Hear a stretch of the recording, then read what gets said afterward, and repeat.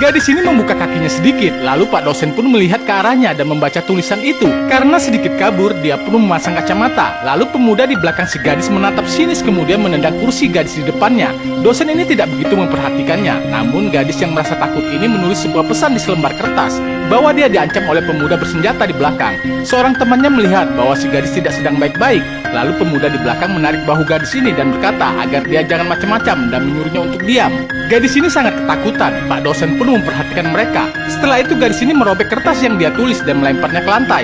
Pak dosen pun melihat kertas itu, lalu dia beranjak dari kursi. Saat berdiri di depan para muridnya, dosen bilang bahwa waktunya sebentar lagi, jadi kerjakan soal dengan benar dan jangan mencontek. Namun gadis ini memberikan kode agar Pak dosen mengambil kertas di bawah, lalu dia mengambil kertas itu dan perlahan membukanya.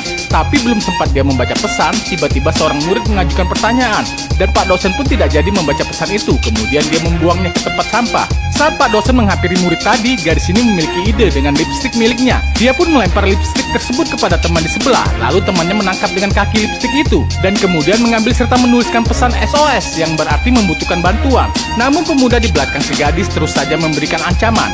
Dia berkata, awas kalau kau macam-macam, mengerti ujarnya. Kemudian dia mengeluarkan senjata untuk menakut-nakuti gadis ini agar dia tetap diam. Mendapati ancaman tersebut, gadis ini merasa tertekan. Sedangkan teman gadis ini tadi mengambil kertas yang dibuang oleh Pak dosen dari tempat sampah dan membacanya. Setelah itu dia kembali duduk dan mengambil kertas untuk menuliskan sesuatu. Pak dosen, pemuda di belakang adalah penjahat dan dia menggunakan senjata isi tulisan itu.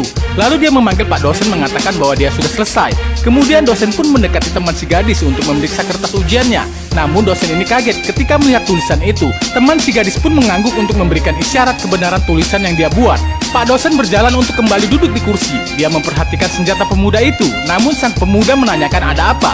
Lalu dia bertanya lagi, ada apa melihatku, ucapnya.